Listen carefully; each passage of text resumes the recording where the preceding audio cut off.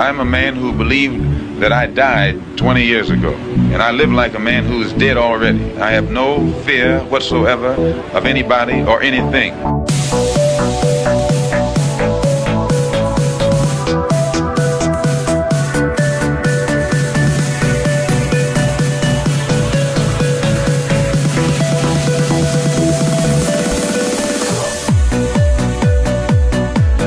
Gary Webb. I am an investigative journalist, and in 1996 I wrote a series of stories entitled Dark Alliance, which was about CIA involvement in drug trade.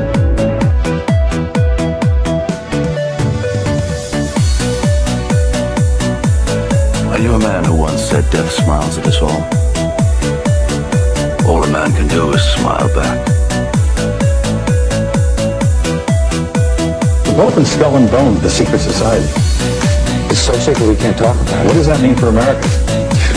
The conspiracy theorists are going to go on. I'm sure they are. I don't know. I haven't seen the rest. Number 322.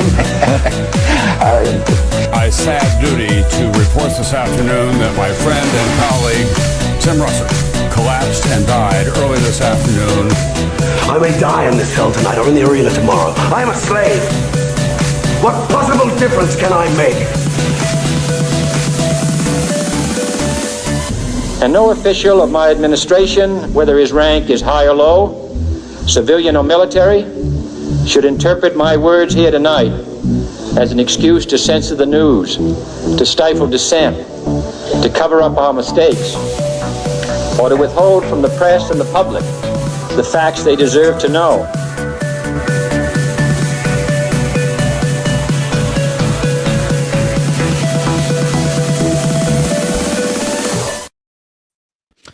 Already Deadheads, welcome back to your favorite live weekly call-in conspiracy show with your favorite Jose Galison and Austin Picard, the Schizo brothers themselves, with an honorable mention of Jacob chilling in the back. Pleasure to be with you guys. This is my first bit of content of this week. Sorry, the internet feds have been working full time, but I've upgraded my internet. I mainlined my internet. We very much reached the point of it is what it is if it gets fucked. But hey, we persevere in our battle, our forever battle against the online feds.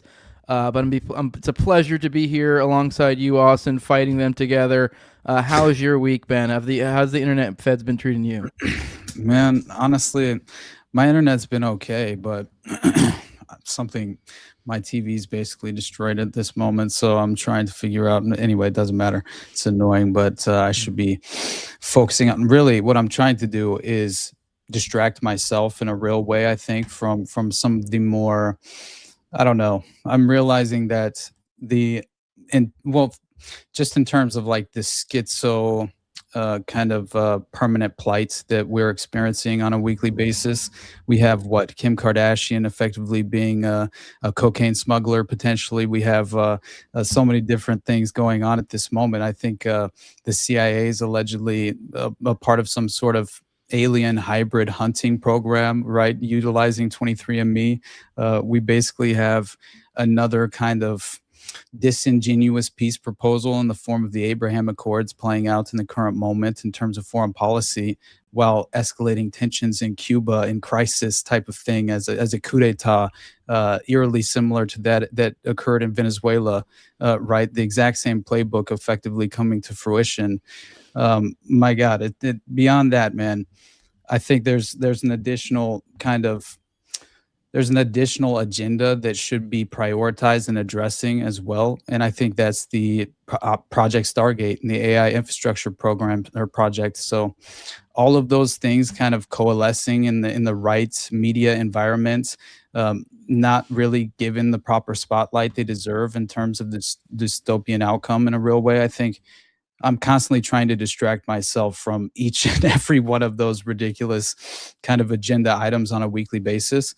But what I've realized is that it's almost taken an emotional toll in terms of, I think, a lot of the overexposure as far as the pedophile sex trafficking operations at large. And I was thinking through it. I was like, man, essentially the solo projects that I have been focusing on have entirely almost framed my podcast as almost prioritizing these prolific pedophile networks, and that's not exactly what I want to only cover, right? And so I kind of realized that, even though I'm very much down the rabbit hole and effectively coming out the other end in terms of resurfacing as far as much of the investigative research in regard to the Odyssey Foundation, John David Norman, the Delta Project, all these. I mean, you're kind of mapping the neural pathways of the establishment if you think about it. So it's like, well, it does seem like you're losing your mind. It's the only thing you're doing. You're like, you are mapping out this entire thing. This you're essentially showing the brain of, essentially mapping out the neurons, the little pathways of essentially the devil, almost, if you will. That's why I think it's so kind of, it's almost an addiction at a certain point, because I want to fundamentally create a framework for myself to understand, how exactly this power paradigm has come to fruition, has evolved over time, and is currently structured, which we're always behind the curve. And so, anyway, the point being is that I've been, I think, enduring an emotional toll in terms of just psychologically, in a subconscious way, not being entirely aware of it. And then it basically kind of developing over time into me dragging my feet, not necessarily wanting to, overexpose myself on a daily basis. So, it takes so many hours to do this, right? And so I found myself pivoting and going down different rabbit holes and coming out, essentially for my weekly shows, talking about things that essentially I could almost form into a solo project of some kind if I wanted to. But anyway, this is my own personal plight. I apologize. The point being is that I've definitely, I think I've finally acknowledged the root cause is essentially that, my soul is effectively crying out from within my subconscious mind saying, give yourself a break emotionally, in terms of, the sinister nature, right, of overexposing yourself to that level of disturbing details. And so, for my own well-being, I'm just trying to, reassess exactly where I will go from here, in terms of like the next few things I will focus on and prioritize, as far as things I hope to cover. Go focus on like Epstein Ponzi schemes or something, like be like parallel, but not like directly, you're Right, proving right. out some substantive portion of one of the more salacious things out there. There's something to that. I don't know. No, there's a But lot yeah. on the shelf. I think it was more so the again, like this desperation to continue on the case of tracking down this very strange overlapping nature of these, just the network in itself, and how it really does, surface with these overlapping perpetrators and things of that nature. Anyway, that's a whole nother kind of topic we can get into, my own personal kind of process anytime. But I think what's relevant in terms of just the demoralizing media cycle of the week, there is, other than the foreign policy we can discuss later on, honestly, I think there was one example that, again, this is the reason that I thought of the soul-wrenching toll that effectively emotionally, takes root in terms of the overexposure. But naturally, in regard to a pedophile occupied government, we have overwhelming, extraordinary cases, just overwhelming examples on a consistent basis. And so what do we have? We have this attorney from Waco who's one of Trump's MAGA warriors, right? Did you see this? And apparently this attorney was effectively charged, right? But kind of got off in a real way in terms of the individuals who went to bat for him and effectively let him off from any real, let's just say, You get like what? no time, if this is who I'm thinking of, basically, right? Yeah. Something crazy like 6 months Adam or Hoffman. something. Right. Yeah. Mhm. I wonder what the origins of that last name is. Yeah. But go on. Okay. Yes. So he's been obviously released from jail for good behavior, allegedly. And he's a 49-year-old attorney from Waco, Texas, who basically faced life without parole for repeatedly raping a young boy until the Texas Attorney General, Ken Paxton, offered him 1 day in jail and no need to register as a sex offender, basically, right? A judge then increased his sentence to 60 days, right? And he got out in 30 for good behavior. So that's effectively what took place.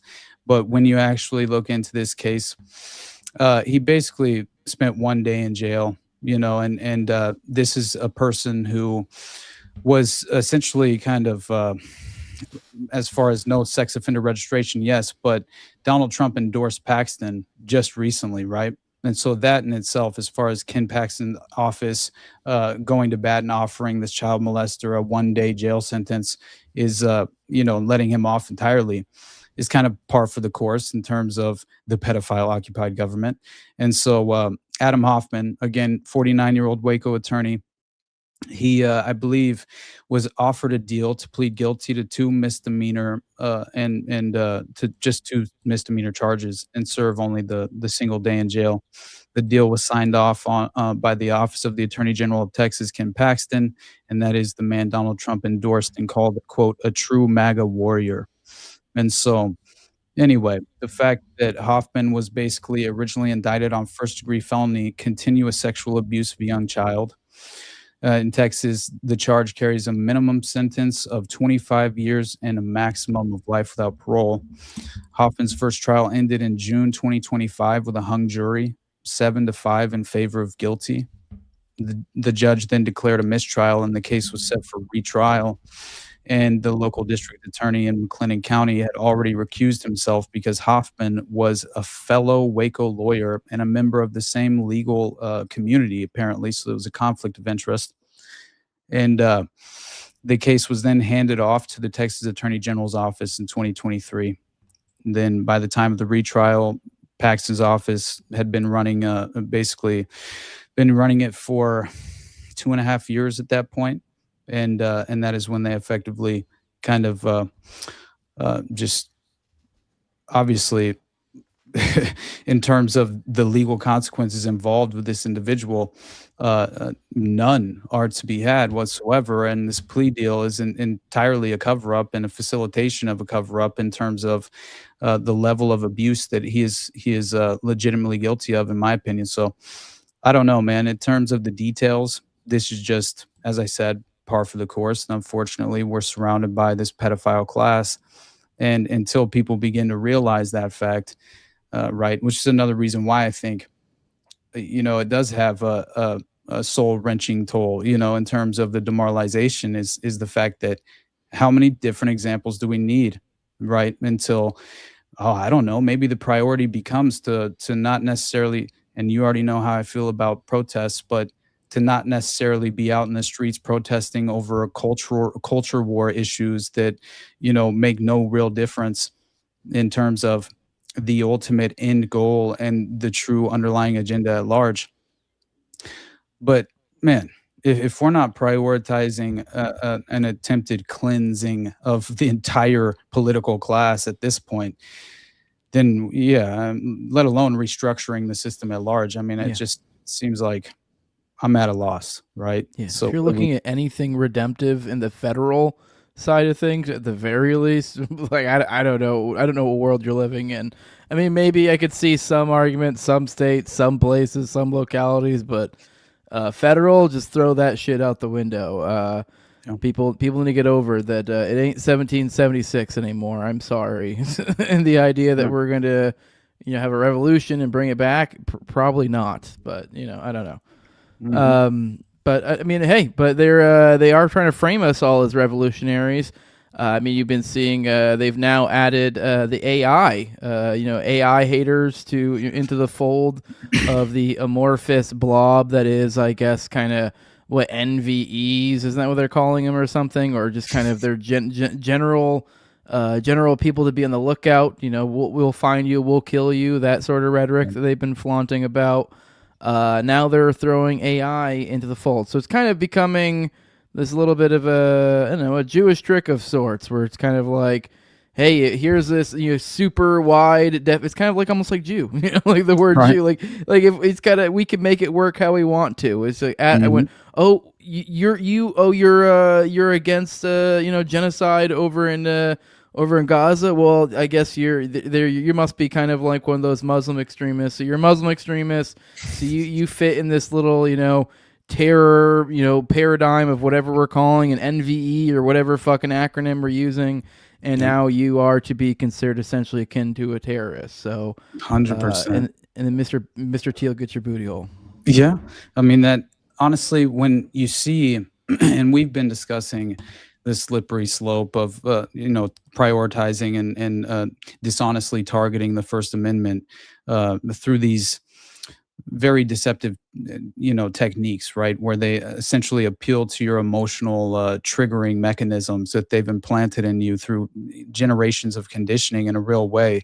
And I think that when you can see the federal government directly targeting any sort of activist or dissenting voice in regard to opposing or being in league with anti-AI and data center projects, right, in terms of just kind of opposing the overall Project Stargate and the AI infrastructure project at large.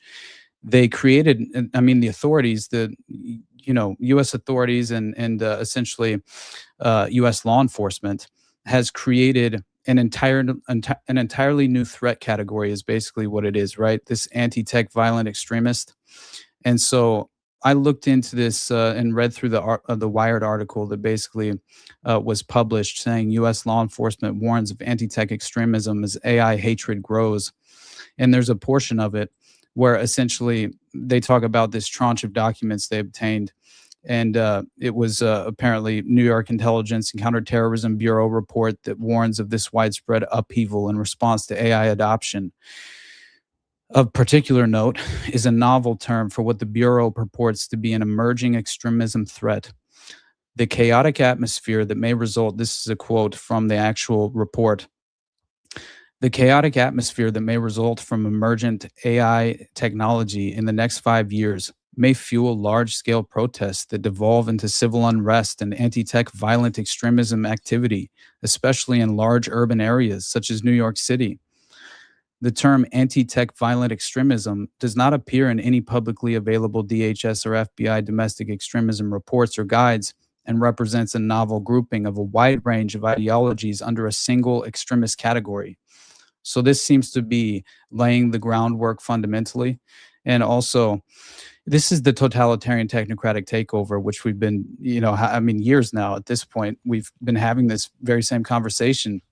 And to me, this specific publication and article that I read through, once I actually went to the report itself and I was reading the actual language they were using, it's another perfect example of how the permanent establishment is it's conscripting the general public into funding the very totalitarian technocratic takeover through this dystopian AI infrastructure project Stargate, while laying the foundation in terms of constructing the digital prison we will all obviously reside in.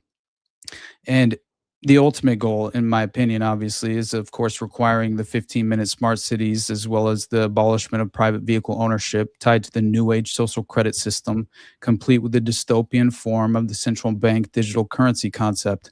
And it will come in one way or the other, right? It doesn't necessarily have to be a CBDC. It could be some sort of private cryptocurrency, that they potentially weaponize for that very purpose, but it will still effectively be the same exact strategic concept. Now, simultaneously, the sophisticated mind war operatives, right, they're subconsciously injecting the very false premise of any dissident voices or genuine grassroots movement who would naturally be philosophically, intellectually, or above all else, ethically opposed to the formation of this totalitarian technocratic state as dangerous domestic terrorists and radical revolutionaries. So at this point, it's like, we have to acknowledge, welcome to the brave new world and the new age globalist framework. This is really how it seems to be, honestly, taking root in a real way. And this is what's the term? It's the Fuck. There's a term specifically for it's in its infancy. Thank you. Damn it. I couldn't remember. But it doesn't feel like it's necessarily come to fruition in a real way other than laying this fundamental groundwork for the overall agenda at large. I see obviously the flock camera systems and things of that nature, which are clearly being very much implemented on the ground level in terms of this mass surveillance protocol in regard to the overall infrastructure project. But the only final point that I really wanted to make in terms of this kind of directly this AI counterterrorism strategy is what they're claiming it is, right? In terms of anyone who's reacting to this AI data center project, they say basically the same Intelligence Bureau assessment, analysts described a novel threat emerging in the wake of the arrest and trial of Ziz Leota. Is that how you pronounce the name?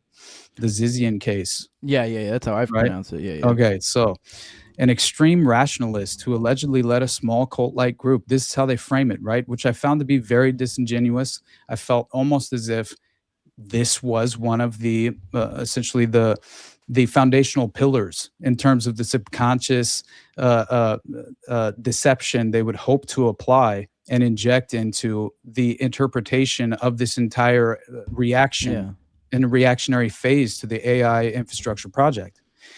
So to even mention the Zizians, I thought was interesting. I mean, it makes sense, but still, members. It makes sense, but it's also confusing since like they're kind of grouping these together and they're kind of the opposites. But I guess if you're making the argument of extremists, right. I mean, the Zizians were kind of, from my loose understanding, is they got really big into like effective altruism, and they very much were in that like Silicon Valley sort of philosophy that was going around, like trying to find out like the maximum out of like ethical choices one can make, and starting with some kind of like absurd conclusions. But essentially, I believe like with it, one of the many things they kind of believed in was some variation of like an AI god or this or that. So I do think it very much is like tech-y. So they're extremists, but they're like not like anti-AI. But if you're kind of grouping it all together and just kind of like extremists, I find that kind of interesting. It's kind of like a little bit of an as above, so below. But there's also the component of like, when kind of grouping these things all roughly together, you can kind of play with both. You can play it both ways. For example, like with the NVE, like the nihilistic violent whatevers, whatever it stands for, extremists.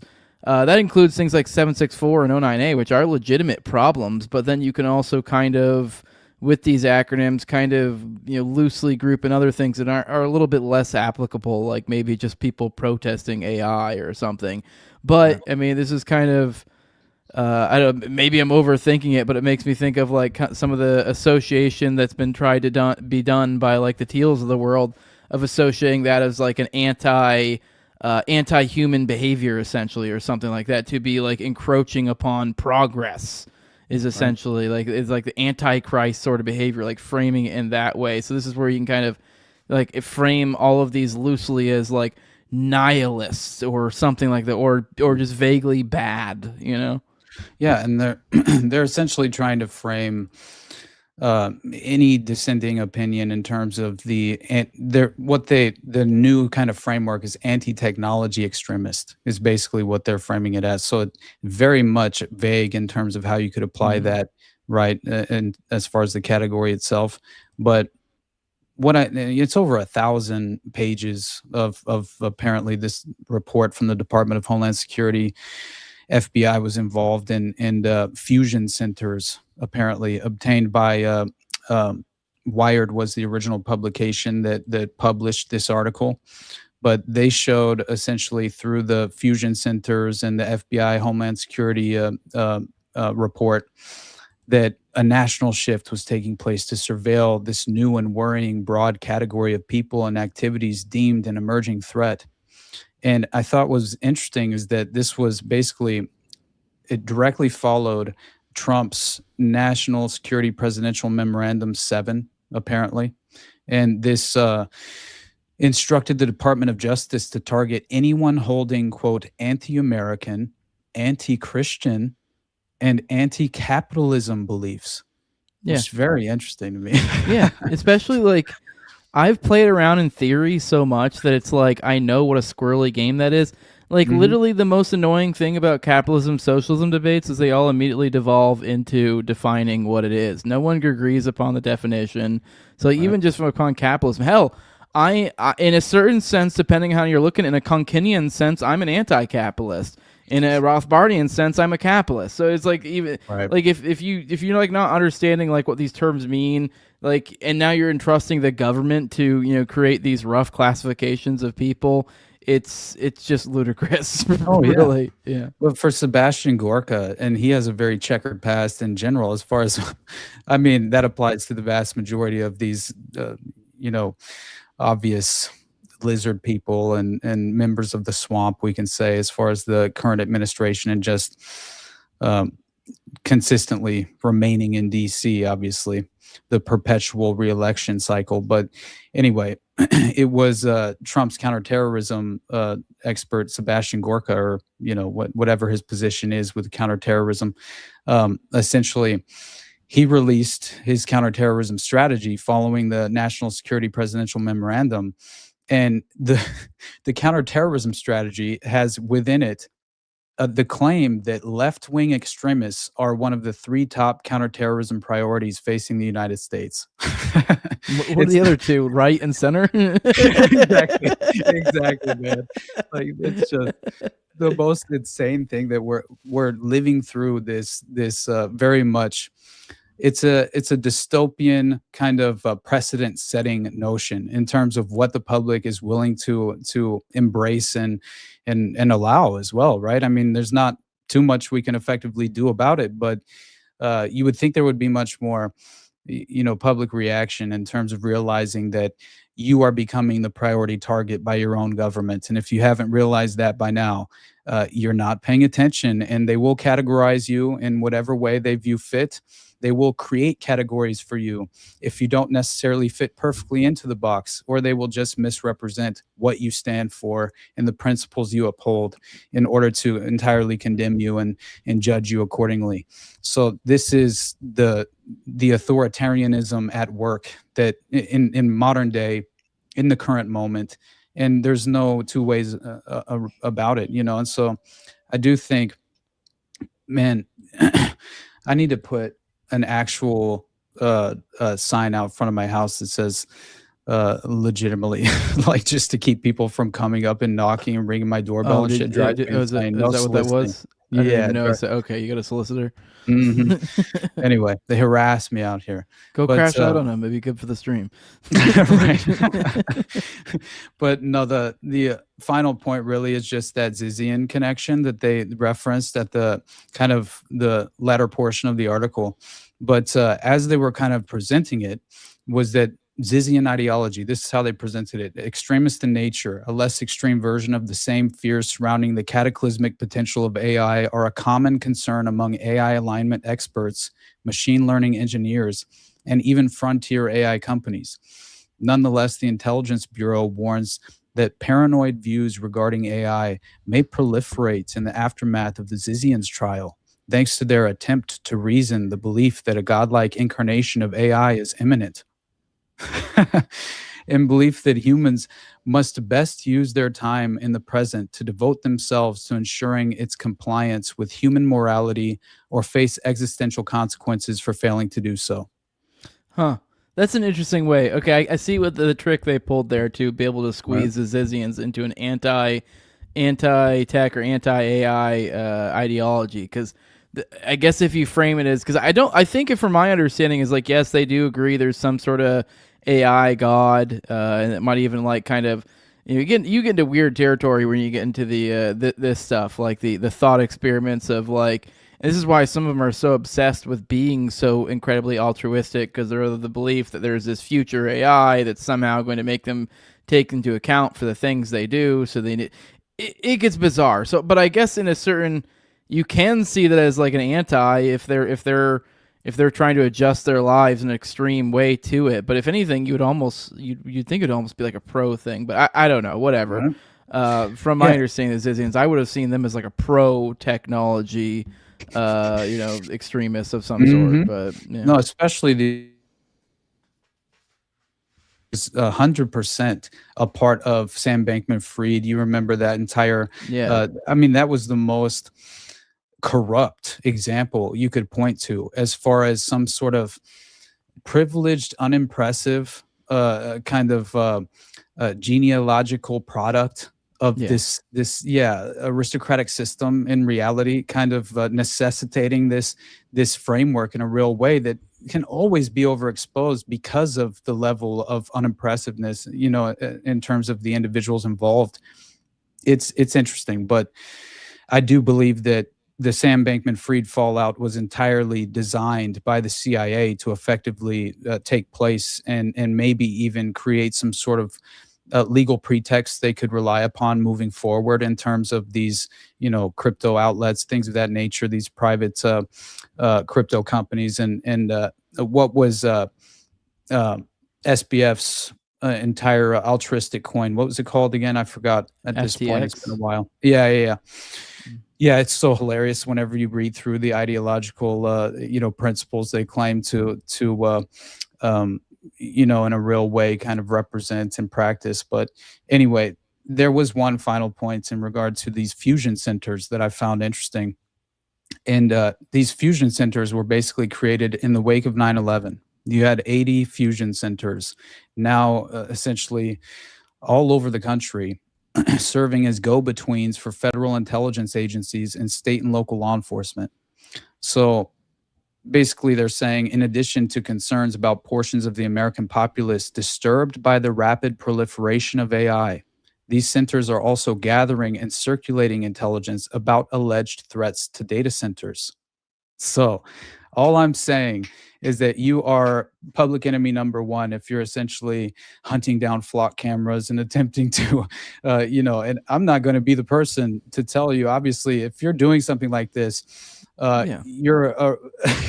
you're putting your own future at risk, is my only opinion, just because. But there is reward in that there is plenty of precious metals and all of those things. So right, I'm never going to tell someone not to do it, and I won't necessarily, because hey, I'm not trying to control anyone's actions, other than don't commit out and out crimes in terms of legitimately involving victims of some kind, right? If obviously I don't believe committing suicide is a crime either, but what am I to say? I think I think we can all agree victimless crime is awesome. Okay, but let's move on. Right, exactly.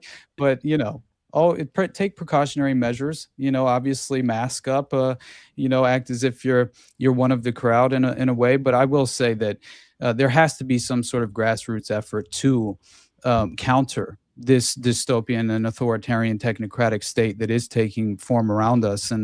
But yeah, man, just I didn't realize that these fusion centers had such a major role to play, right, in regard to just post 9/11, and apparently Western Pennsylvania Fusion Center, for example, claimed that, quote, adversarial actors, including state-sponsored entities, criminal groups, and extremists, such as homegrown violent extremists or environmental extremists, may target U.S. data centers, and that these actors could also exploit the strategic importance of data centers to the U.S. economy, using them for activities like cryptocurrency mining or leveraging third-party entities such as front companies to gain access to U.S. data and infrastructure.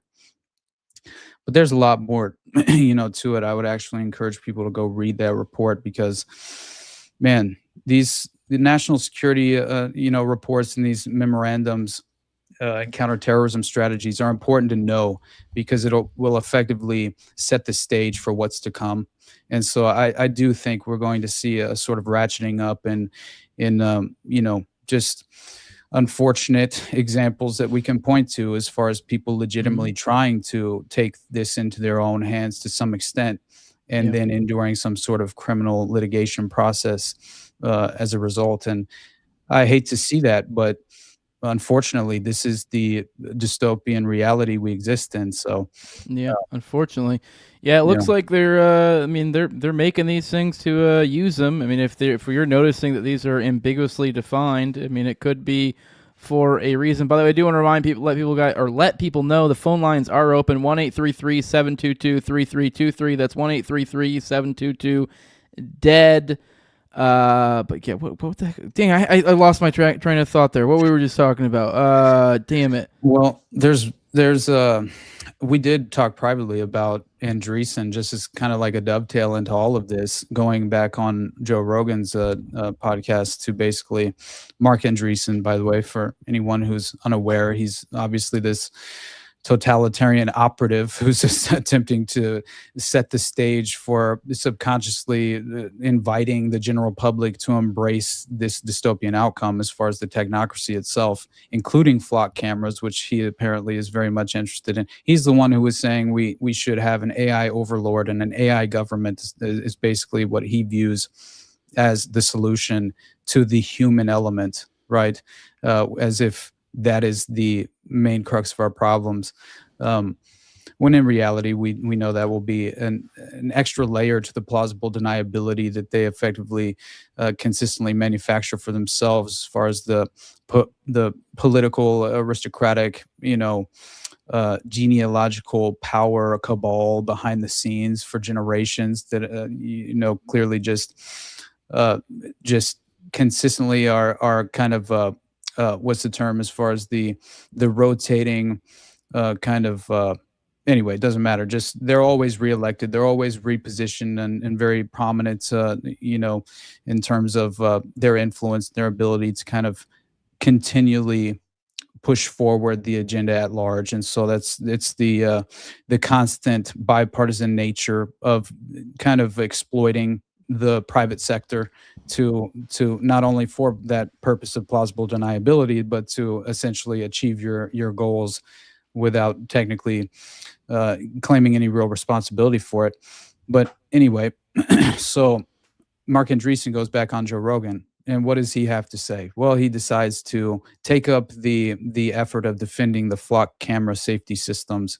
And he decided to say that flock safety and shot spotter are automated policing technologies used by law enforcement to detect gunfire in real time. They couldn't track the shooters in Austin. I'm not entirely sure which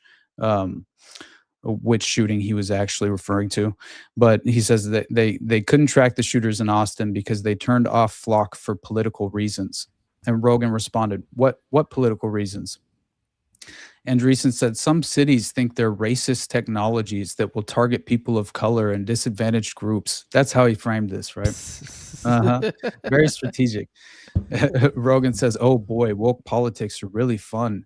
The other problem with this is people are going to think this mass shooting was organized by Flock so they could get reinstated in Austin to bring the surveillance state. Why are you saying this, Joe Rogan? I didn't think that you said it. I didn't think about that until you mentioned it, my friend. Exactly. So, and then he goes on. The last thing he says, I guarantee people are going to say we're shills for Flock. This is Rogan, and are promoting a surveillance state. That's the problem now, that whenever there's a mass shooting, we just assume it's a false flag. That's where we're at as a society. So they're constantly doing damage control, in my opinion. Now, I don't know to what level Joe Rogan's entirely complicit in this and aware of that fact, although he does a really good job at times, right, where it's very frustrating. And that's entirely a different conversation. Influencer, industrial complex, anyone. But still, we have to at least address the fact that this totalitarian mass surveillance state is effectively evolving around us, being manufactured and engineered in this very strategic way. And we're going to wake up one day and realize, right, that they effectively achieved their goals. And we are legitimately in that totalitarian technocratic state that we've been warning about for years now. So I remember the fuck. It's been bugging me for like 10 minutes. There's something I was going to segue into that I totally brain farted when I promoted the call-in. But I did want to provide an example that they have been trying. I mean, there's many examples, but one especially, I guess, more I guess sort of in the, I guess you could say the libertarian-ish community. There was a guy named James Conkin, not his real name, it's a pseudonym. I don't know if we mentioned on here on our dead before. I think I've mentioned on the Morning Dump before, but he got in trouble a while back for saying some saucy things, particularly, I forget the specifics, but they were stuff that, like, if you read it, you could be like, that's totally jokes, but it was kind of alluding to violence. Like, it was kind of like Boogaloo sort of jokes, you know? Mm-hmm. Who but was regarding James Conkin, and it was regarding agent. It was regarding ICE agents, and they just dropped the case for him now. But it was very clearly First Amendment protected stuff, but they essentially targeted him, saying he was using violent language against them. Now, it very obviously was like, when you read it, like, these are jokes. But they were, blurring the lines there. But they dropped the case. So, but with that, they're out there looking. So, I mean, it's we're hanging on a thin thread here there. But Jacob, looks like we have a caller. I guess we could probably take a call and maybe go to intermission and then come back and talk about aliens. Hell yeah. So we actually have Caleb on the line, and Caleb, you're ready to go there, bud. What's up, Caleb? Hey, guys. Yeah, if you can't hear me, just let me know. But, yeah, my name's Caleb. I just found your show recently. You guys have your YouTube channel videos have been popping up in my feed for a while, and it's always something I'm interested in. I follow these subjects. There's a lot of stuff you cover I've never heard of before as well. But just within the past week or so, I'm like, all right, I'm gonna catch up with this channel. I'm gonna like go back, and so that's what I'm gonna be doing. It's rare to find a channel that's covering that kind of stuff and also doing a good job and being level-headed about it all and everything, which you guys definitely appear to be one of those rare channels. But me and my buddy do a show on YouTube as well, and we're interested in this kind of stuff, and I wanted to extend an invitation to you. We could maybe get together and record something sometime. Hell yeah, I'd be down, brother. Yeah, absolutely, man. Yeah, I don't know if you're on Twitter. That's probably the best way to get a hold of me. I mean, I guess you can always do email, but yeah, for sure. Definitely hit me up. Hit up Austin. I know probably the same for him as well. I guess I can't volunteer his time, but I'm definitely down. Yeah, for sure. Hit me up. But you got any other questions for the stream before we let you go? Any last things? Appreciate the kind words. Yeah, me as well. I was listening to one where you mentioned the Wayfair scandal, and there's selling these items for exorbitant prices, and they always have a name of a missing person or something attached to them. Yep. Mm-hmm. If you guys can figure out the mathematics behind that, what's the harm in getting a $30,000 deposit into your bank account from some scumbag who's trying to order a filing cabinet from you? Right. Somebody should try. Yeah, no kidding. Pretty sure there were a couple Epstein files. That's all I got, man. Yeah, but all right, you have a good one, man. Appreciate you. I think there were a couple. But you can go and get the line, Jacob. Appreciate you, caller, calling in. I think I remember there were a couple Epstein file emails, I believe, talking about Wayfair deliveries of 100%. Yeah, as well as Rachel Chandler, the child handler, being involved as product manager for Wayfair at the very time that scandal erupted, and that reminded me of Balenciaga, obviously. I mean, so Kim Kardashian's still their ambassador, right, for Balenciaga. And she obviously was in the news recently over the past week in regard to, and if you remember, Balenciaga, I believe, they just had a new, absolutely incredible kind of modeling presentation, right? Whatever. The photograph thing that kind of took legs. This was probably like 6 months to a year ago. There was that photograph thing. It was like a kid's shoot. There was like bondage teddy bears, I think, and like all sorts of suggestive stuff. If you really dug it, and like a lot of people really get into it, it was kind of like a Blue's Clues for schizophrenics of like, you know, looking through all the different stuff in the pictures. But so yeah, I remember, and there was a whole big deal because I think Ye kind of sorta you know. I don't know. It was a whole thing. It was a whole like, you know, everyone's like, what the fuck's up Balenciaga? Satanic, everyone's takes. Yeah, satanic ritual abuse imagery, no doubt was a part of that. Basically, it was the fashion brand Balenciaga, but it was specifically their seasonal kind of catalog, right? Which I think that's kind of how it works. I don't know. I'm not an expert in fashion. The point is that they constantly and consistently brands for the overall Balenciaga brand on these kind of seasonal, presentations, sort of modeling events, right? To model the fashion line, and it looks legitimately like there's just so much pedophile imagery, and beyond that, you have the specific symbolism that. Definitely references directly kind of a ritual blood sacrifice involving children, and they're very young children that are being kind of sexually positioned in these disgusting poses and things of that nature. And it all seems to represent this level of sadism and satanic ritual abuse effectively being presented by the fashion brand. So they, on May 1st, I remember they came out with a new line and had a Balenciaga 2026 fashion model show, right? Fashion show, essentially. And all of these Balenciaga models came out in what looked like essentially the Rothschild ball, right? The masquerade ball that was presented in Eyes Wide Shut. It looks exactly like it, right? And I just found the clip, actually. It's some like girl's TikTok that she was reacting to it that went viral at the time, early May. But I thought it was interesting because it is actually the Balenciaga fashion line and their representation of it. And she just kind of, put her how the TikTok influencers do. They basically force their camera into the overall footage of the event taking place and address it during the moment. But anyway, look at this though, just for a second, because it's crazy. And this was early this month, right?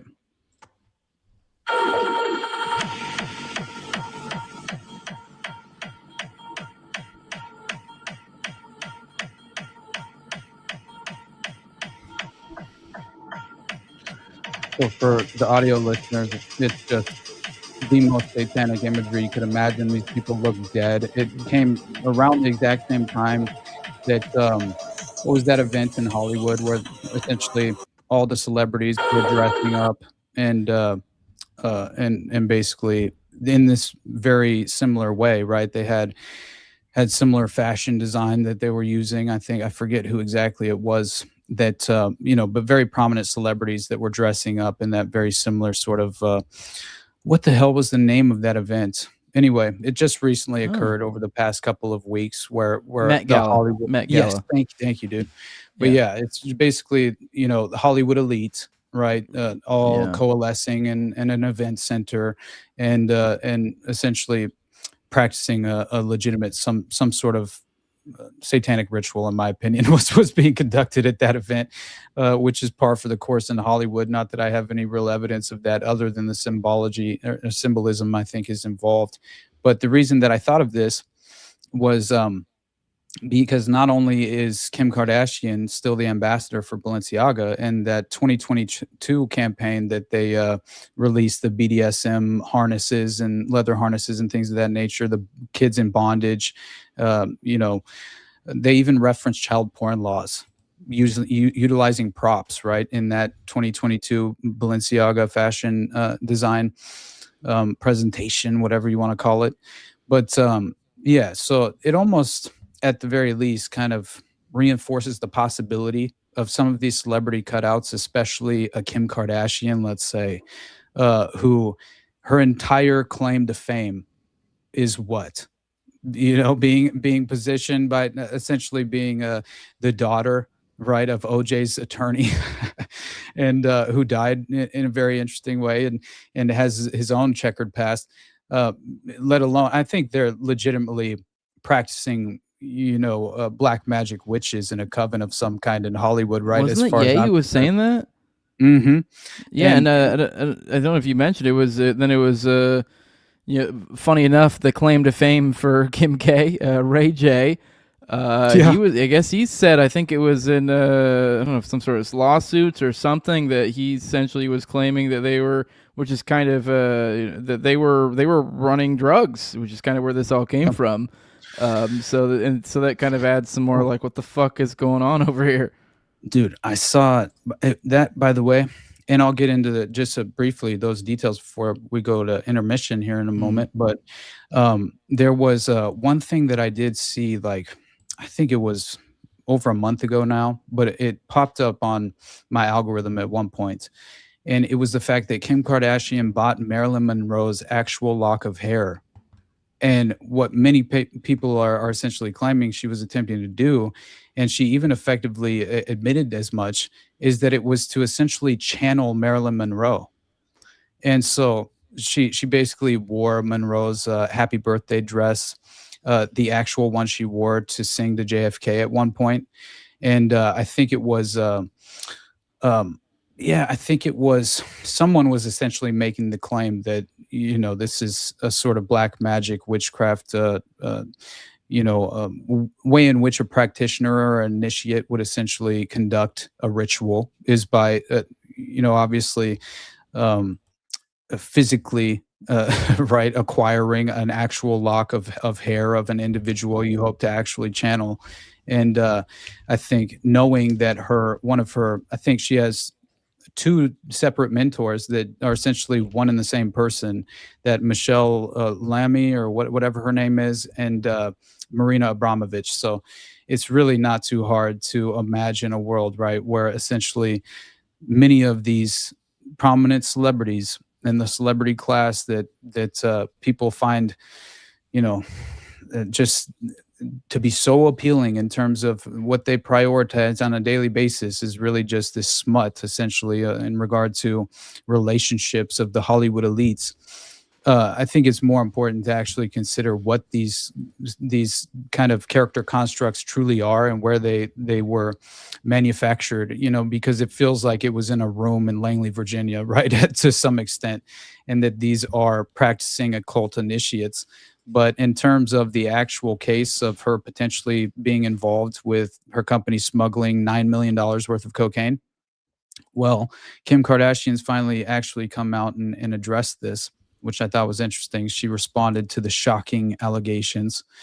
And so this first kind of was publicly reported when this major smuggling case went public, and a truck carrying legitimate Skims products was stopped at the port of Harwich, I think, in Essex, UK, on September 5th, 2025. So the vehicle had arrived by ferry from Hook of Holland in the Netherlands and was carrying 28 pallets of Skims clothing. The shipment itself was basically, real products from the company, but authorities said neither Skims, the exporter, nor the importer were technically connected to the criminal operation. That's effectively how they saved face and deflected away from any sort of role or involvement from the actual, individuals who owned and ran the company, specifically the importer-exporters being mentioned. But Skims shipment used in cocaine smuggling attempt.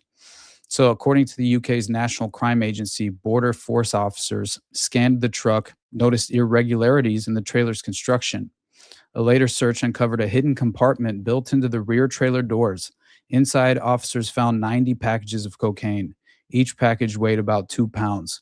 Authorities estimated the drugs were worth 7.2 million euro or roughly $8.4 million. Some reports rounded the value closer to $9 million. Skims issued a statement making clear the company had no involvement. Skims is aware of the recent news involving a shipment with our products. We want to be absolutely clear. Skims had no knowledge whatsoever about the criminal activity. We had no connection to the smuggling operation, the driver, or the truck. So the driver was subsequently sentenced to more than 13 years He was identified as a 40-year-old Jakub Jan Konkel from Kartuzy in northern Poland, apparently.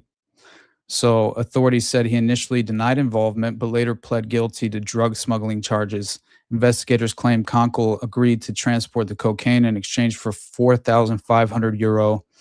He's sentenced at Chelmsford Crown Court to 13 years, 6 months in prison. And one additional point is basically, and obviously they're claiming that these criminals and criminal groups consistently exploit legitimate shipments. And so this is another deflection away from the company itself being involved potentially. They say investigators also reviewed tracking data from the journey and found a 16-minute stop Konkel allegedly failed to report during questioning. Officials believe the drugs were loaded during the stop with the knowledge of both the driver and the organized crime network behind the operation. Either way, this to me is much more of a potential window into how the just in terms of the intelligence apparatus internationally and how they essentially facilitate smuggling operations, trafficking operations, things of that nature. We can never accept the official face value explanation for these things. I think there's usually always an additional layer to consistently probe, right? And you know, I'll hopefully be able to sift through some of the court documents in regard to this case, because I would have to think that the criminal group or the criminal organization that they're trying to pin with the overwhelming and the majority of the guilt, I would have to imagine you have individual perpetrators involved with this criminal network, and I would like to know maybe if this network even has a name in regard to their enterprise and things of that nature, which would potentially just open up the world for legitimate evidentiary examples and details that could provide us with some kind of, avenue forward to understand this a little bit more. But yeah, Kim Kardashian's a cocaine smuggler is basically the bottom line, allegedly. Mm-hmm. Well, all right, let's take it on over to intermission. We can come back and talk aliens. Before we do so, though, we do have a few super chats I figured we'd address to say thank you for your support. We have Program to Chill says, was late last week, had my days fucked up, not today. Good to have you here with us, brother. Toss Karov for $5 says you guys should get Kurt Mebsker. I think you meant Kurt Metzger. Think he got demonetized. Anytime you guys are live, I always tune in. Already Deadheads. I'd love to have Kurt on. I don't have that sort of pull. I mean, maybe Austin can get Daddy Tripoli to pull some strings or something, but he'd be a great fit. I've been wanting to have him on the show for a long time. I think he'd be a great fit for this show. He'd be a fun one. And then the last one, Rev Paradise, says reading Program to Kill for the first time, and the part on McMartin School is insane. It is. It's a great book. I need to get back to my PTK series. So appreciate all your support. Everyone super chat. I'm not sure what side it's on, but it doesn't really matter either way. Appreciate the support all the same. Hit that like button as we're going to intermission. Hey, take a moment, pop on over to the other channel, hit the like button on the other channel as well. Cross-pollinate that shit. Why not? Help a brother out. With that, we'll see you in a few minutes. Roll that beautiful bean footage, Jacob. Draft your kids to die in wars, and they will never fight themselves. Our president will start a war with Iran because he has absolutely no ability to negotiate. He's weak and he's ineffective. Isn't it pathetic? We do not want war with Iran. We actually want peace. If I'm elected president, we are going to drain the swamp in Washington, D.C. My plan will cut energy prices in half or more than that. That means we're going down and getting gasoline below $2 a gallon. Our country, starting on day one, we will end inflation and make America affordable again. Yes, we will make housing much more affordable as inflation is tamed. A vote for Trump means your groceries will be cheaper. A vote for Donald Trump is a vote for a man who wants to end wars, not start them. Nations do not want to fight endless wars. We're getting out of the endless wars. Have to do it. No new war. We don't need the wars, foreign lands, countries you've never heard of, countries that don't even want us there. We will keep America out of foolish, stupid, ridiculous foreign wars. The plan is to get out of endless wars, to bring our soldiers back home, to not be policing agents all over the world. We were crazy what we did. We had these endless wars that go on for 21, 22 years, spending billions and billions of dollars. You know, we'll stay around the country for 15 years, just bomb the hell out of everybody, make everybody miserable. Nobody knows why we're there, you know, the wars that never end. These endless wars that we've been in, I've gotten us out of so many. We don't want to get into wars. We're tired of fighting. I'm the only president in the last 84 years that didn't start a war. Under Trump, we will have no more wars, no more wars, no more wars. We will have prosperity and peace. We will have prosperity and we will have peace. Remember, I'm the president of peace. They said, he will start a war. I'm not going to start a war. I'm going to stop wars. He's going to start a war. I said, no. My rhetoric is going to keep us out of wars. And that's what happened. My proudest legacy will be that of a peacemaker. That's what I want to be, a peacemaker. We will measure our success not only by the battles we win, but also by the wars that we end, and perhaps most importantly, the wars we never get into. 2 wars, Venezuela, where we lost nobody, and here we lost 13 people. And I say this, I will end that war in one day. It'll take 24 hours. I know Zelensky will. I know Putin well. But I think you should do, if you're going to do it, then you have to go into Epstein's friend. Still talking about Jeffrey Epstein? This guy's been talked about for years. Favors were sold for cash. He could only have gotten that idea from Benjamin Netanyahu.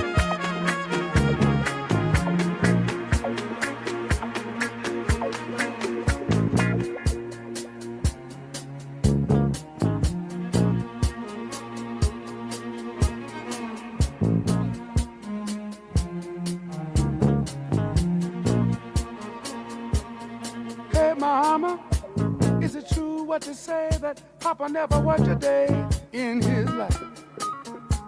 And Mama, some bad talk going around town saying that Papa had 3 outside children and another wife. And that ain't right. Heard some talk about Papa doing some storefront preaching, talking about saving souls and all the time leeching, dealing in that and stealing in the name of the Lord. Mama just hold her head and say, Papa.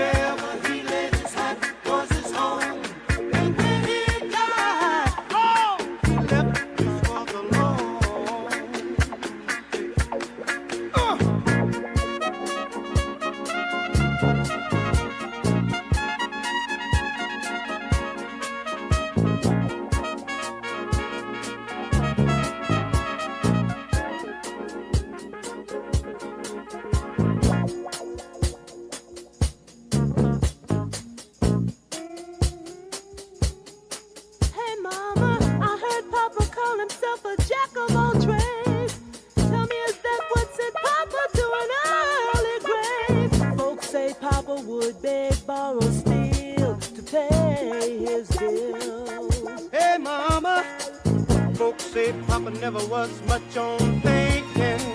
Spent most of his time chasing women and drinking. Mama, I'm depending on you to tell me the truth. Mama looked up with a tear in her eye and said, son, Papa was a rolling stone. Well.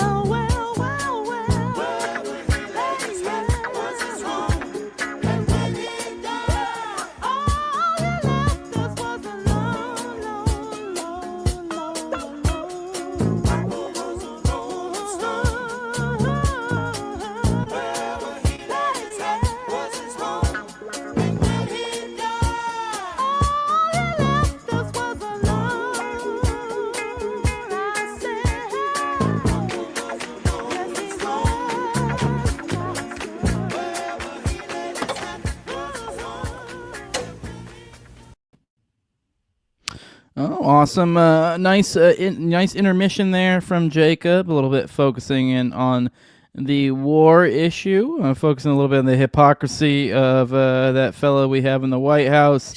It's looking a little bit ridiculous, but hey, he's a peacemaker. He's all about making peace with everybody, with Israel. That's the thing. Everyone has to make peace with Israel, and then we can have no wars. Once everyone makes peace with Israel, that's the big thing. The big thing is they got to make peace with Israel. So I guess it's a little bit of a segue. I figured a good little thing for us to talk about. Looks like we went into the weekend. I haven't had normally this is the sort of stuff I'd cover on the dump, the ins and outs of foreign policy, but we the past couple days had my internet down, but yeah, we went to the weekend, and I think around the week, I don't know if it was like right before markets closed or what, because it's always around markets. Trump's like, oh, we're working on a big deal, we got a deal, and yada, like really talking it up.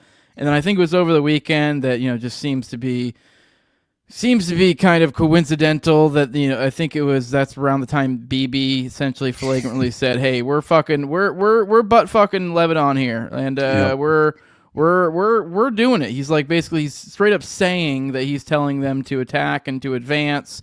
Meanwhile, they literally have the flimsiest of ceasefires going. This also was one of the key conditions of any sort of deal that we could perhaps get with Iran, which is what they were talking about. And then in the 11th hour, even with all of that going against it, we had Trump that came in and said, everyone who's signing to be a part of it, which I believe were a number of Gulf Coast countries, or of the Gulf countries were supposed to be essentially getting in on the mix too, and not all of them have normalized with Israel already. I don't really have a running tally in my head, but essentially you're forcing. Not only are you, putting on Iran that they need to normalize with Israel, which is insane.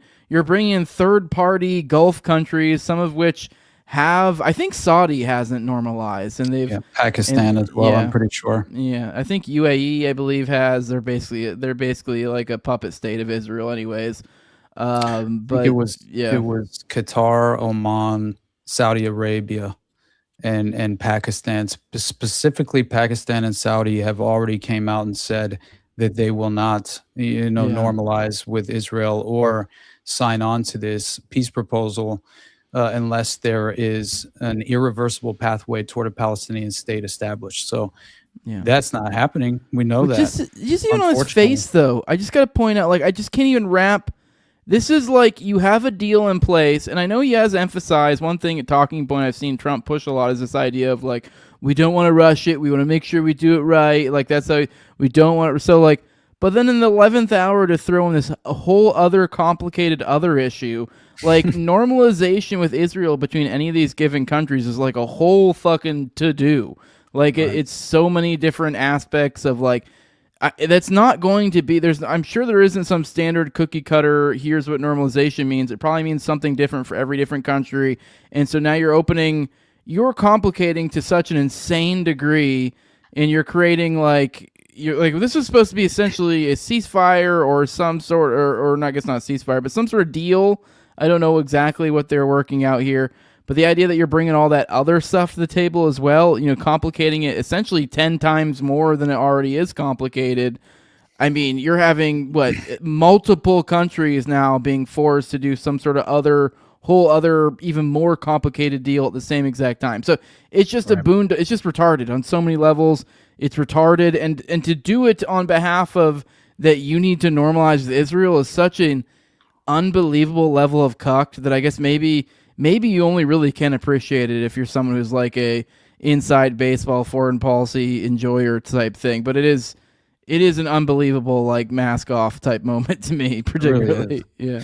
And I mean the way it's essentially framed is kind of ridiculous, considering that Israel's I think basically Israel came out and demanded an end to the Lebanon ceasefire, right?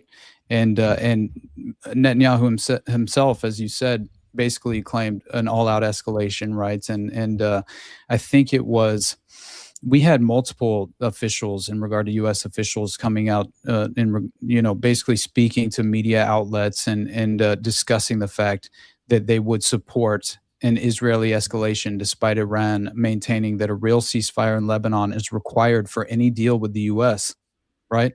So Netanyahu himself says, I have ordered an even greater acceleration of our operations. It is true that they are attacking us with drones, this is Hezbollah, including fiber optic drones, but we have teams working on countermeasures and we will solve the issue. We will intensify our blows, increase our firepower, and we will crush them.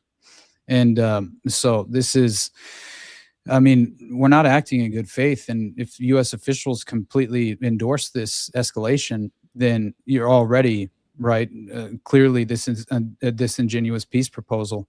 And just seeing, like, I think it was in February, obviously, that the real war was escalated and between U.S. and Israel and the airstrikes on Iran and the assassination of the diplomatic leader, or the leadership of the Ayatollah and things of that nature, the direct bombardment of the nuclear sites and all of that. And I think it was April is obviously whenever the ceasefire was agreed upon, right? That was clearly entirely fragile and not going to last for long whatsoever.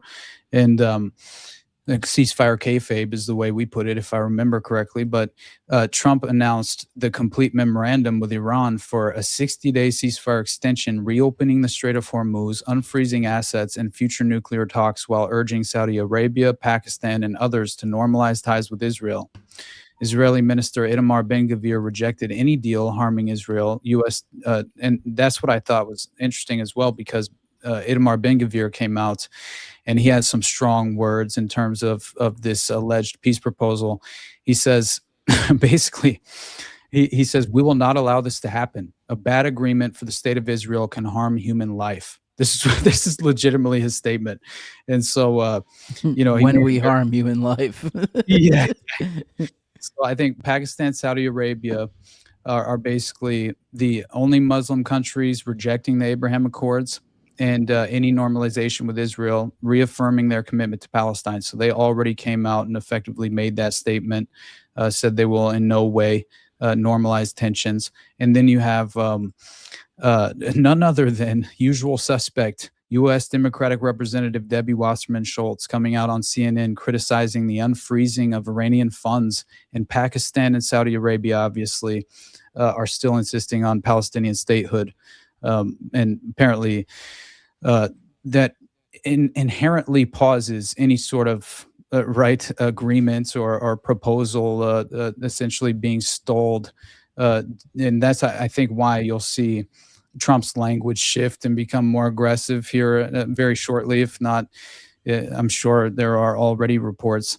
But this is what I thought was interesting, though, because basically, well, first, you should look at this hilarious, like, brief clip of Debbie Wasserman Schultz doing some ridiculous sort of mental gymnastics in terms of why she opposes a negotiated deal to end the war. She criticizes any negotiation whatsoever and says, we're going to unfreeze Iranian assets and give them billions of dollars to be able to control proxies again. And actually watch her, because she is the most just disgusting example of the permanent establishment. And we all know she has a very strange record in that little county in Florida, right? What is that county again? Where all the most, do you remember? I believe that's where Epstein, where, like, many different examples of cases being litigated in that county, and her essentially. Palm Beach? No, maybe, but I don't remember. So it's a district sort of thing, right? So it's like, I can't recall. Yeah, I don't know the name of the district. Yeah. Yeah. Either way, it's heavily overrepresented, is the point I'm making, right? In terms of these high impact events essentially being prioritized and given to her district, and so she could essentially facilitate the cover up, is the point I'm attempting to make, basically. But yeah, listen to her reaction to the peace proposal. I am concerned and frustrated over, again, another potential deal, a negotiation where we're going to unfreeze Iranian assets and give them billions of dollars to be able to control proxies again and to rebuild their ballistic missile program, never mind their drone Dade program, County. which is incredibly deadly, and they've been increasing their drone capability. So this is deeply concerning. And look, I'm glad that Iran, their capability militarily has been degraded. But if what we get from this initial deal is just going back to where we were before, where Iran did not control the Strait of Hormuz, then what has been accomplished? So that is what we're dealing with as far as the political class that it's consistently reelected, which makes no sense whatsoever. Obviously, her connection to Hillary Clinton, the Clinton administration, she's a longstanding asset in the swamp, let's say, right? And the point being is that, for this person to be relied upon to have an opinion or even be brought on a platform such as a CNN, which we already should be well aware of, these Mockingbird media publications and establishments. But this is just another permanent establishment Democrat, right, who comes out to oppose any sort of peace negotiations, to provide anyone who opposes Trump with a legitimate excuse to justify essentially continuing this conflict, which is fascinating to imagine the way in which you would ideologically oppose Trump and the foreign policy, which this is a political winner. Like, she's going further than most people. Most Democrats are just like not getting involved because they're like they want to be able to at least give the appearance that they're against the Iran stuff going on, but they know this is a political, like they're crushing it politically because this is just the right side of the aisle, essentially tanking their credibility day by day by day. And like, if they really did lift enough of a finger to actually make something substantive happen, then they no longer have a thing to grift off of or to make themselves look better by contrast. So it is this, like, they don't really, they are slightly incentivized to like rhetorically speak out, but they're only incentivized to act to the degree to where to put on the air of actually wanting something to happen. Now, if they actually made it stop, now I'm not saying they would like actively vote against it, but they may not vociferously go out there to do X, Y, and Z like they may otherwise. So yeah. The county is Broward County, by the way. If somebody said that in the private chat just now, and that registers with me, so somebody look it up if you don't mind. But either way, very terrible record, historically speaking, in terms of her personally and her involvement in that region. So not all that surprised.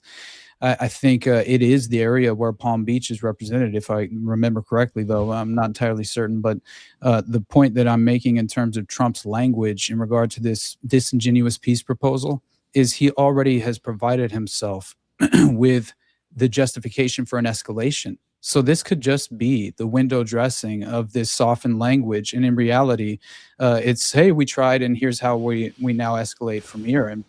And what did he say? He said Trump claims it's mandatory. Dave DeCamp published this yesterday. Trump says it's mandatory for Muslim nations to join Abraham Accords as part of Iran deal. The president threatened that if the accords aren't expanded, full-scale war will restart, quote, bigger and stronger than ever before. So, I mean, what are we even talking about here, right? And if you even consider the connection between the timing, as you stated earlier, in regard to Netanyahu coming out and announcing the full escalation in Lebanon, we all know that hinges on the negotiation process with Iran and these Arab countries. I mean, there's no way that they're okay and they're going to sign off on this full and blatant military escalation by Israel in Lebanon, as it stands in the moment. And he launched a massive attack already. Negotiations will more than likely entirely collapse as a result. And this is a disingenuous peace proposal, a half-measured ceasefire, and I think it will collapse, in a very short time. Unfortunately, there's one little clip that we might play, just because I think it's kind of interesting the way in which they stated that because we had just launched new sort of attacks and strikes on Iran, and they try to frame it as self-defensive strikes, right? That's legitimately not that it was preemptive.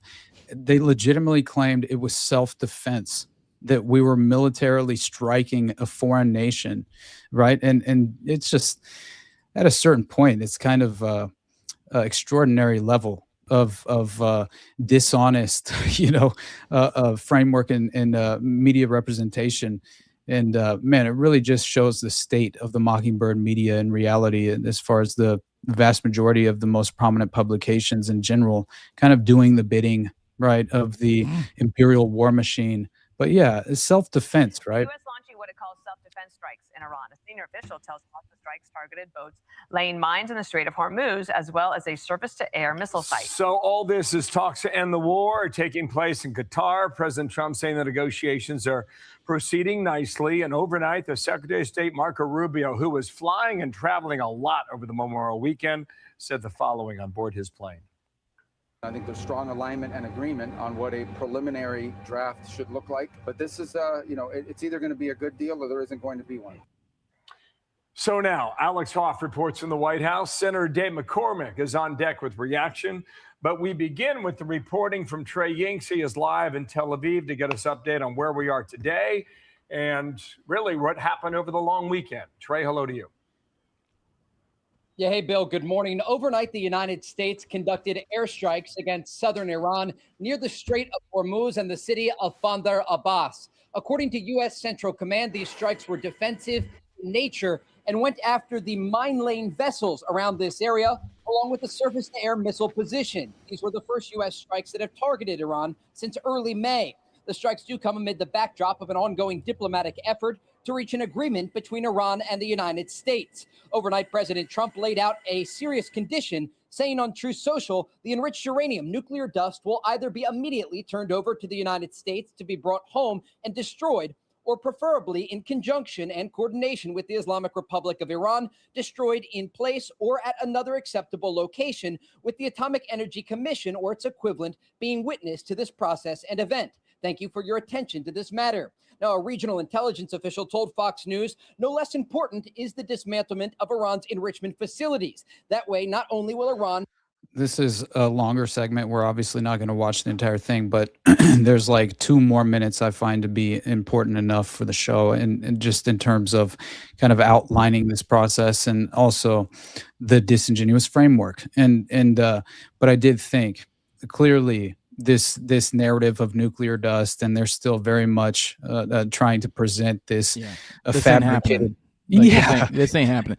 By the way, I believe it's actually the Supreme Leader has come out and said, because one of the big sticking points is this nuclear enrichment thing, because it gets framed by the West, the United States, as they will have no nukes, and what they mean by that is there's enrichment. Iran's, there was literally a fatwa issued by the guy that they killed, saying that it would have no nukes. So they've explicitly said they will have no nukes, but if you're playing, weird definition games, you can kind of sort of make this make sense. Yep. But either way, just recently, the son of the Supreme Leader, the one they fucking killed, and then also killed a shitload of his family members at the same time, he recently, I don't think it was actually considered a fatwa, but it was, coming from the lips of the Supreme Leader, which has a little bit more religious import than just, some of the military leaders or something that they have there. He came out and said, yeah, no, okay, I guess back up a little bit. There have been floated around a few times this idea of some sort of like third option when it comes to enrichment, because, Iran's insisted that they will not reduce their enrichment. They will not give away their enriched material. Yada, yada, yada. But there has been this float around this idea of like a third party, and that like there's some sort of joint, maybe they keep the stuff at some other, neutral third, like a Russia or something. They can keep their nuclear material there, so where they don't have ready access to it. So it creates this like other, which is fine, whatever. This would have been a good But I believe this was actually, I don't know if they explicitly said it. I think I feel like I vaguely recall reading somewhere that this is actually what caused it. But some of the boisterous retardation that you've seen from Trump in this ongoing back and forth when it comes to his diplomacy with Iran has led them to essentially become more and more calcitrant in their positions. Right. As they're seeing, anytime they make any sort of good faith behavior or move with him, the next thing he knows, he's going online and acting a fucking fool. And so he eventually said, we are not getting rid of any, there will be nothing's, no nuclear is going anywhere. We're not reducing pretty much close that down completely. So now they might be open to some other something, but they will have nuclear enrichment by the end of this. Oh yeah. So there's just not really any foreseeable possibility where you do not end up with a worse situation than what we had before they entered in this conflict, and furthermore, a worse deal than the original Obama JCPOA deal. It's going to be an L on all accounts, and I just don't know how Trump's going to be able to spin that and take that L. And they have 6 months before the midterm, so they're just getting closer and closer and closer with this incredibly awful hot potato, the whole time. So it's something to behold at the very least. Absolutely, man. And I do think the way that, obviously it's Fox News we're dealing with here, but the way in which they frame the peace proposal and the Middle Eastern nations and countries involved, allegedly up, I think it's specifically 8, and Trump's demanding that more are sign on mandatory. Apparently it's a part of the Abraham Accords for this proposal to even be considered, legitimately negotiable. It's basically now mandatory for these specific nations to sign on to the peace proposal and basically agree to the negotiation process, which is absurd. I mean, that certainly proves the lack of good faith negotiations here. And as far as what they hope to achieve out of this, I think we already know the end result is they strategically want the worst possible outcome to transpire. I legitimately am of that mind at this point, because I feel as if they hope for a global escalation, for a legitimate international conflict at large, and this will almost become. I'm not really certain that the just consensus with the general public is really even that concerned in terms of the longer a military conflict plays out, the less sort of concern the general public really even has personally in regard to the issue at large. So I kind of see that almost playing into their hands strategically, and unfortunately, but because again, it's up to strange foreign policy nerds and people who just want to essentially hold the political class accountable for their actions, who are paying attention to the details in regard to any of these foreign policy positions and things of that nature as well. So here we are, right, dealing with people who effectively are of the mind that history began yesterday, and the lack of historical context in regard to these conflicts as well is only going to lead them down the wrong path as far as any sort of conclusion in regard to policy. But there's only a couple more minutes left on this, and I'll pull the plug on it. And basically, I have one more.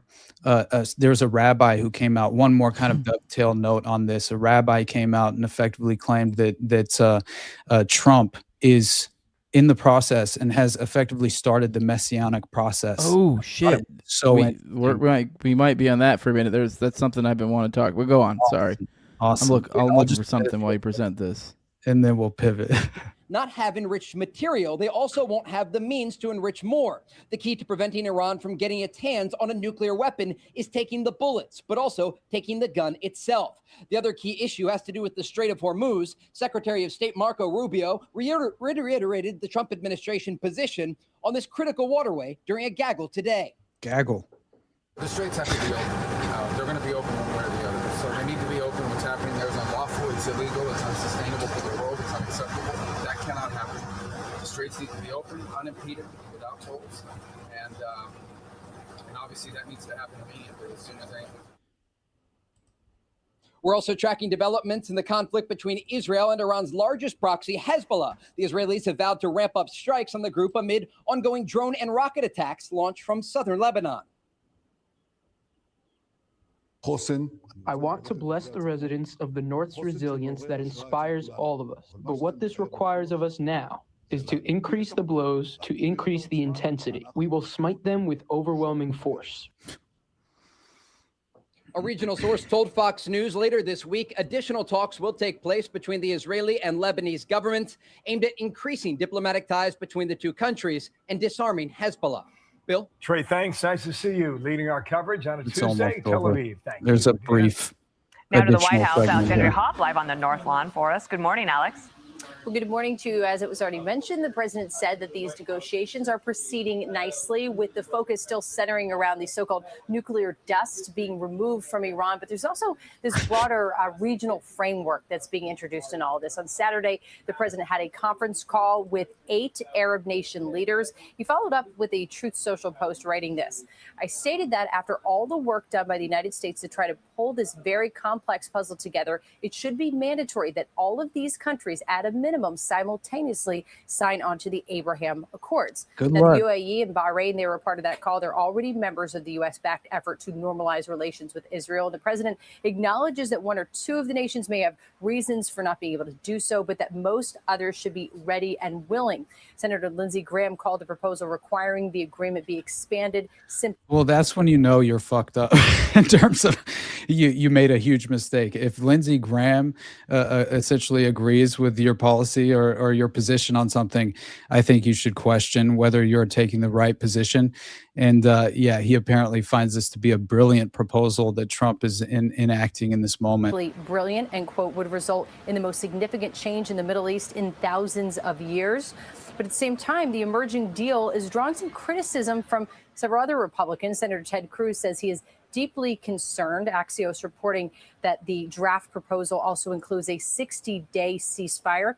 For that, Armed Services Chairman Senator Roger Wicker posting the rumored 60-day ceasefire with the belief that Iran will ever engage in good faith would be a disaster. Everything accomplished by Operation Epic Fury would be for naught. Boom. That's enough, in my opinion, as far as realizing the dishonest representation of this peace proposal in the first place. I think the individuals of prominence that they obviously used as an example in order to stage the kind of interpretation and influence therein in terms of the audience that they are basically deceptively kind of leading through this false framework, it goes to show, right, what their intentions truly are. And I view this as entirely intended to fail to begin with, right? And once more, just another kind of red herring for us to basically prioritize and focus on. It's almost a distractionary tactic to provide individuals who would effectively be willing to consent to this type of foreign policy. It allows them the justification necessary for them to move forward in that framework and mindset, thinking they're ethically centered, as if they understand this conflict at large and the legislation being enacted at the ground level. And clearly that's not the case. So these are political puppets, right, entirely being controlled by the puppet masters of unelected bureaucrats deciding our fate in private rooms, right? So essentially in DC. So good luck in terms of staving off this further escalation as far as this conflict in particular is concerned. And I believe it's by design, essentially laying the groundwork for a continued escalation in this realm. So I'm not at all optimistic, unfortunately, about how this military policy will continue forward. But yeah, anyway, man. Yeah, you're talking about you said something. Assuming end times eschatology related. Mm-hmm. Kind of in the anti-war world. I was trying to find the report. I couldn't find it. I found a few that were like sort of swirling around it as you were talking, because as you mentioned, there was something I've been wanting to talk about. But anyways, long story short, apparently there's been some shenanigans going on in the owning of the Al-Aqsa Mosque. Now, I haven't been able to find the specific report, so I'm a little hazy in the details. But essentially, the idea is it's currently, I think it's Jordan, I think, that has custody of it, or something like that, of that area. And it's essentially a Muslim site. It's a mosque. Well, now they're talking about transitioning the ownership over to, I'm not quite sure who, but a different group. This is being obviously finagled by the Ben Gavirs of the world and the Huckabees of the world. So the U.S. and Israel kind of working together here, and they're wanting to make it essentially stripping it of its explicitly Muslim identity that it currently has, and making it almost what they're purporting, although I have a hard time believing this will be what it ends up being, is some sort of a religious center to respect all three of some sort. Like, that's the way they're selling it currently. So I find that, as we're in these end times when Al-Aqsa seems to come up all too often, and they've made a point to wanting to more Judaize it and make it, which I guess, to be fair, in their argument, if you're making it neutral, that would, by its nature, to some degree, Judaize it. But I know I have my concerns. But yeah, anyways, what was the piece you were or what were you bringing here? So I'm assuming it's something in that line of thinking. It blew me away, honestly, because I had never actually watched. Now, this rabbi is very notorious from my recollection. Rabbi Mendel Kassin. He essentially comes out, makes a public statement that Trump has started the Messianic process. And he says, in the Messianic age, basically white Christians, Isov, I don't know if that's how you pronounce it, but white Christians, essentially Christian Zionists, are what they've become through various deceptive conditioning practices, obviously through the psychological effects of the mind war. But yeah, they must serve the Jewish race, white Christians, and assist in any of their needs, right? So he goes on further to explain the esoteric role of Trump. The 45th president was meticulously placed into office because of his role as a Gilgul, an incarnation, to lead the Goyim into obedience of the Jewish nation. His main job, apparently, this is as Rabbi Mendel Kassin reveals, is, quote, only to assist the Jews. The concept of, now I'm not sure if this is Gilgul or how exactly to pronounce it, Gilgul, Neshimot, in basic terms refers to prophet-like figures that arise over time, which are seen as spiritual incarnations that have aided Jews in the previous generations. So basically, and it was also it was referenced in and revealed in a book from 2004 called The Way to the Top, when Trump admits that he was trained by a Mekubal, Eitan Yardeni. So now what's interesting is Markubal, I don't know, Mekubal, Mekubal. Now I looked this up, this term specifically, because I was unaware of what this meant. Mekubal is Hebrew terminology for a traditional Kabbalist or a person who studies and practices Kabbalah, the esoteric mystical tradition within Judaism. The word derives from the Hebrew root KBL, meaning to receive, thus defining a Mekubal as one who receives or as a receiver. In this context, the term signifies an individual who has received, preserved, and transmitted the inner dimension or hidden secrets of the Torah through an unbroken chain of teacher-to-disciple transmission. Unlike a speculative philosopher or poet, a Mekubal is viewed as a recipient of sacred wisdom that was traditionally handed down orally and is meant only for the pious and deeply learned. So, I'm just saying, Trump's chaos magic, right, takes a whole nother meaning in terms of my just kind of the way in which I internalize this information. I'm not entirely certain whether this rabbi is the end-all, be-all resource or reference point that we can deem as credible enough to effectively determine that this is the path that they've essentially laid out for Trump to really kind of in a way just achieve this just in terms of the overall end result of how they would kind of weaponize his personality, his prominent kind of again, I feel as if they utilize these celebrity cutouts essentially, right? Which we all know Trump has a genealogical position here. We should understand the right Trump's family dynamic in terms of his father, in terms of right just his mentor Roy Cohn, which we've said so many different times is a perfect example of how sexual blackmail is the ultimate currency in DC. This is how you move up. So you could easily imagine a world where now Trump has been awarded many different sort of Kabbalistic achievements within the framework of rabbinical kind of acknowledgments, right? As far as like the most spiritual and highest level in terms of the hierarchy and position in Israel have basically lauded over President Trump's from day one. And he was effectively, you know, the ultimate Zionist, right, as far as like a figure who could effectively achieve the most you could ever even imagine possible.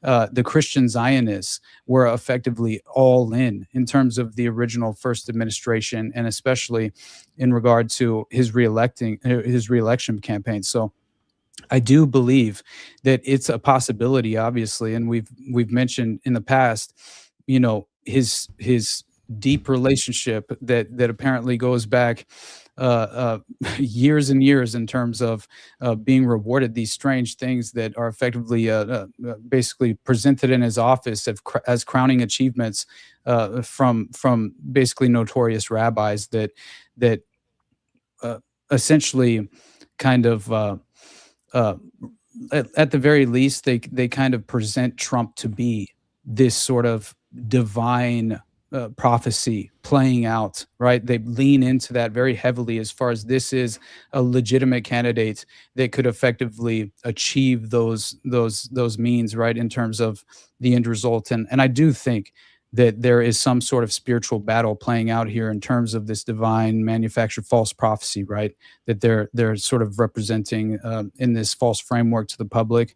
So I could see a world, is the point I'm making, where effectively Trump is and has been crowned as the potential prominent figure responsible for starting this messianic process in regard to, you know, the Kabbalistic kind of agenda at large. So I do think the Kabbalah plays much more of a pivotal role, factors in far heavier than we would ever want to imagine.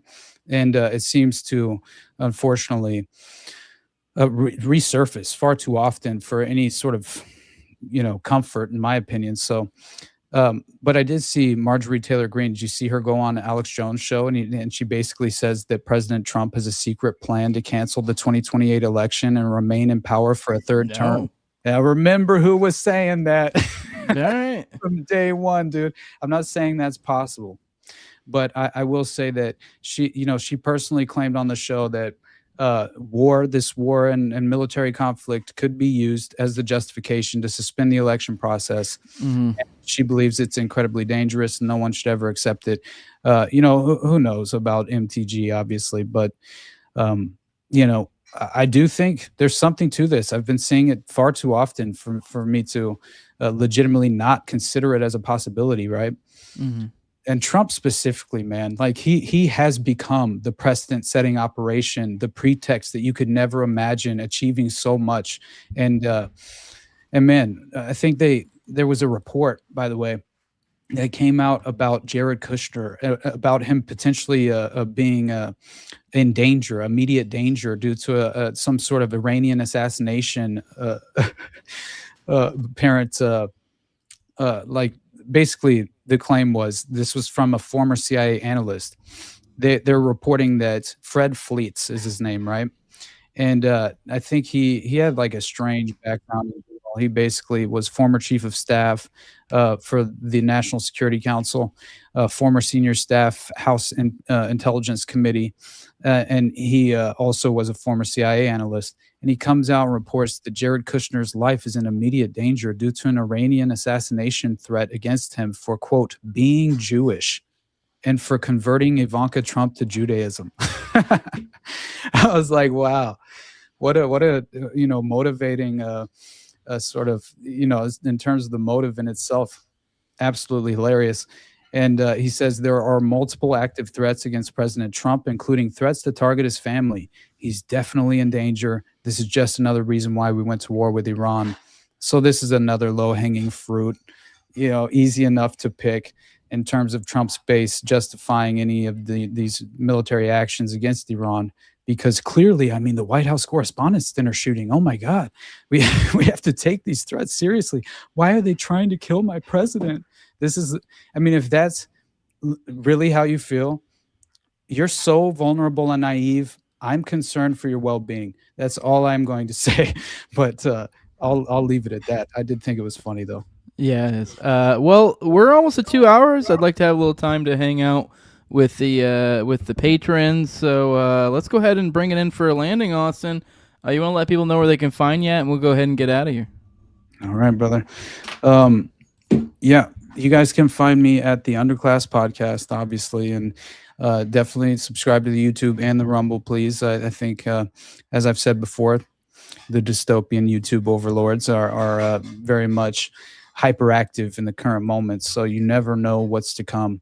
And beyond that, I think we're about to do episode 58 of whatever this is tonight as well. So check that out. I'll be out by tomorrow.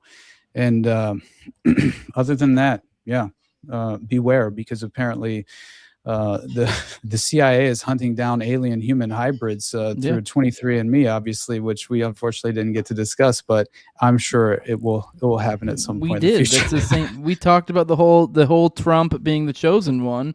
It's due to his Nordic blood. That's what it is. His Nordic blood. The Greys are trying to control him and tap into his Nordic power. His Nordic heritage. So that's what's going on the world stage. Man, they're back. Oh my God, I legitimately am. All it makes me think of, obviously, is Delphi every time, and I think of that Nordic strain of Odinists that allegedly were represented. Well, I very much believe they were, but still, the pagan connection is something worthy of note. And don't ever forget that these satanic rituals, these blood sacrifices, this is all orchestrated by these ancient pagan ritualistic practices from these initiates over time. They've evolved them, sophisticated these practices and methods, through various factions and ideological twists and turns. But ultimately, it's a sinister concept, and in no way should we turn a blind eye to the fact that these are legitimate paganists, illegitimate pagan, but they legitimately practice this ancient form of paganism. And I think that in no way has this been diluted over time. I think it's only been essentially ordained by the vanguard of the hidden knowledge, the esoteric, community that effectively is just initiated into this world of knowledge, of hidden knowledge and esoteric practices. That is who we need to always focus on, because in reality, they've created a false framework, a deceptive sort of veil of a fictional reality that doesn't exist. And so that is for the general public to engage in, as if this cartoonish world is what actually surrounds us, when in reality, the threat is far more sinister.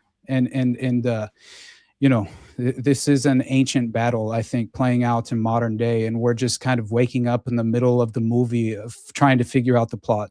And so I couldn't be more grateful, for everyone showing up here, for the relationships I have with you, and I just think that, and anyone else who I've basically come into contact with throughout this process, it's just been ultimately a blessing. And knowing that we aren't isolated, fighting this battle solitarily alone, right? Yeah, that gives me hope and inspiration moving forward. So I love you all, and I appreciate you, brother, as always, man. Hell yeah, dude. For those who want to support what I'm doing, leave a like, share, subscribe, comment, leave a 5-star review on iTunes or Spotify. You can find the show on YouTube, Rumble, all the major audio podcatchers, and Twitter as well. On Twitter, that's at @TowerGangJose. Everywhere else, that's the No Way Jose podcast. If you want to support the show in the best way you can, you do with money over at patreon.com/NoWayJose2020. Top left. Oh, never mind. That's not. I don't have the QR code here today, but normally I do. Sorry, fuck that up. Ignore that. And if you patreon.com/NoWayJose2020. Lowest level's $2, gives you access to a whole host of perks. Try to give you guys 1 to 2 episodes per week. Try to keep about 3 to 4 behind the paywall at any given time. Also give you guys access to ad-free RSS feed. Give you access to Telegram, the pre-show and the post-show, and video calls on the show right here, Already Dead, which is on Tuesdays at 9:30 p.m. Eastern. I also give a big shout out. The highest level of my Patreon is a big thank you for their support. My previous co-host Tower Gang, at Learn Toad, also at Brigade D's, at ZVRCK, at _Vizil, Tim Tell, at John Klebo, big fan of the show, Torn May. At Wayne Tackers, One Recover Kids, No Free Lounge, Jack, Mark Vestibule, Jacob Wintergad, Biblical Energy Podcast, and John Black, that big, beautiful bastard. And with that, guys, I will not see you tomorrow for the morning dump. I will be back on Thursday, but I do think I will be dropping around the time I normally do the dump. I do believe I'll be dropping the latest in the Dutro series I had with Austin, which me and you did that like months ago at this point. So right. Just another emphasis, what you guys get for behind the paywall. That has been behind the paywall for, I think, literally months. That's how it works sometimes. I also have I believe I should have Matt Wolfson coming back on tomorrow, another paywall episode. But with that, guys, we'll see you on the next one. Subscribe, like, do all the things, support us. Please help a brother out. Help me, help Austin. Everybody like it on one platform, go the other, like it there, tell your friends, play it on your grandma's phone, do all the things. Love you all. Bye-bye. We're out of here.